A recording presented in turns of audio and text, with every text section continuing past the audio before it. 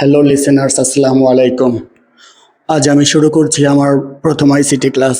আশা করি তোমরা সবাই এনজয় করবে আমার ক্লাসটা। আজ আমি তোমাদের শেখাবো দশমিক থেকে বাইনারি করার নিয়ম। ঠিক আছে, আমরা ক্লাস শুরু করি। দশমিক ইংরেজিতে বলে হচ্ছে ডেসিমাল, টু বাইনারি।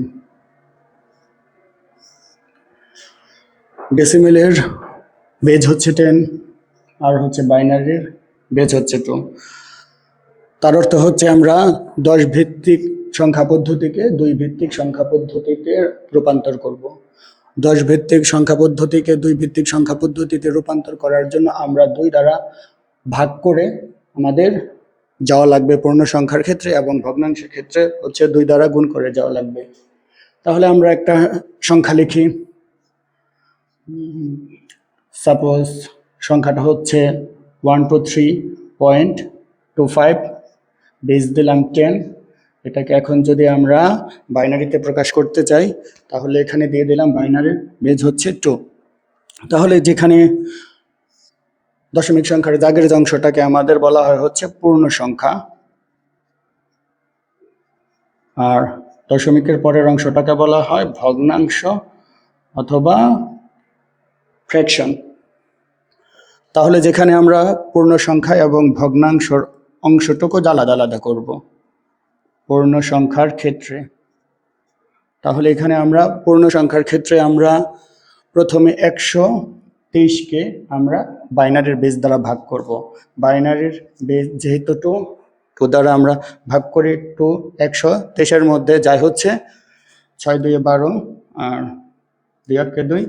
আর যেহেতু ভাগ করা যায় না সেহেতু আমাদের ভাগশেষ 1 থাকে। তারপরে যাবার আমরা 61কে ভাগ করলাম। 61কে ভাগ করার ফলে 61-এর মধ্যে 2, 30 2 60, আর যেহেতু 1 এক্সট্রা থাকে সেহেতু আমরা 1 ভাগশেষ নিলাম। এটা হচ্ছে ভাগশেষ। তারপর আবার আমরা 30কে আবার ভাগ করলাম, 15 বার গেল। আর যেহেতু 30কে আমরা 2 দ্বারা ভাগ করে দিতে পারি সেহেতু আমাদের কোনো হাতে থাকলো না। তারপর আবার আমরা 15কে যাবার আমরা ভাগ দেই।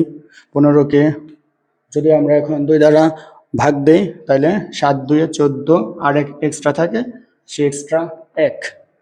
তারপরে হচ্ছে আমাদের আবার আমরা 7কে আবার আমরা ভাগ দেই, যেহেতু 7-এর মধ্যেও যায় না তাহলে 3 2 6, আর হাতে থাকে 1। তারপর আবার আমরা 3কে আবার আমরা ভাগ করি, 2 1 2, হাতে থাকে 1। তারপরে আবার আমরা যাকে ভাগ করি তাহলে 1 যেহেতু যেই পাশে আর যায় না, 0 আর একটা যেই পাশে চলে আসবে। তাহলে আমরা কতক্ষণ পর্যন্ত ভাগ করব? যতক্ষণ পর্যন্ত আমাদের এই পাশে 0 চলে না আসবে ততক্ষণ পর্যন্ত আমরা ভাগ করতেই থাকবো।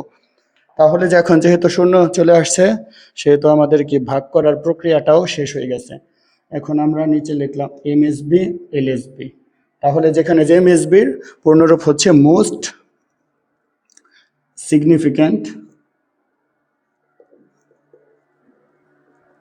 বিট, আর এলএসবির পূর্ণ হচ্ছে লেস সিগনিফিক্যান্ট বিট। অর্থাৎ এটা হচ্ছে খুবই গুরুত্বপূর্ণ অঙ্ক আর এটা হচ্ছে কি কম গুরুত্বপূর্ণ অঙ্ক। তাহলে এটাকে আমরা এখন ভাগ শেষগুলোকে আমরা নিচ থেকে উপরের দিকে সাজাবো। তাহলে যদি আমরা নিচ থেকে উপরের দিকে সাজাই তাহলে আমরা আগে প্রথমে পূর্ণ সংখ্যার অংশটুকু লিখে 1 2 3 বেজ দিয়ে দিলাম 10। তাহলে এখন কত 1 1 1 1 0 1 1। বাইনারিতে যেহেতু কনভার্ট করলাম সেহেতু বাইনারির বেজটা দিয়ে দিলাম। এরপরে হচ্ছে আমরা ফ্র্যাকশনের অংশটা করব। ফ্র্যাকশনের অংশটা করার জন্য এখন বোর্ডে জায়গা কম আছে, এই অংশটা একটু মুছে দিলাম। এখন আমাদের ফ্র্যাকশনের অংশটা করার জন্য আমরা এখানে লিখব হচ্ছে ভগ্নাংশের ক্ষেত্রে। এখানে আমাদের ভগ্নাংশের ক্ষেত্রে আছে হচ্ছে 0.25। তাহলে আমরা 0.25কে আমরা 2 দ্বারা গুণ দিব। যদি আমরা 2 দ্বারা যদি গুণ দেই, এ পাশে একটা নিয়ে নিলাম। এখন 0.25কে গুণ দিলে হয় তাহলে 0.25 কে যদি আমরা 2 দ্বারা গুণ দেই আমাদের হয় কত 0.50।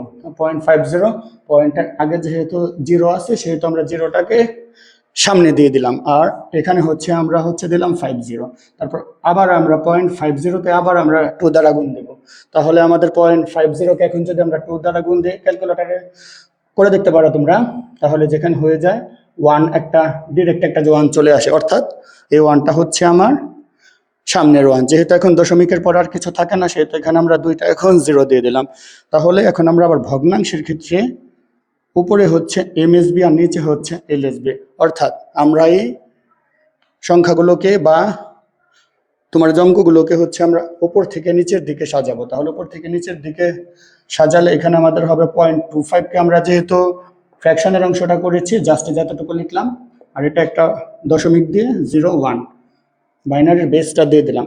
এখন যদি আমরা সম্পূর্ণ অ্যান্সারটাকে একসাথে লিখতে যাই তাহলে আমরা 123.25 বেজ হচ্ছে 10, এটাকে আমরা এখন হচ্ছে সাজাই 1111011.01 আর হচ্ছে বাইনারির বেসটা দিয়ে দিলাম। তাহলে আজ আমরা শিখলাম হচ্ছে ডেসিমেল থেকে বাইনারি করার নিয়ম।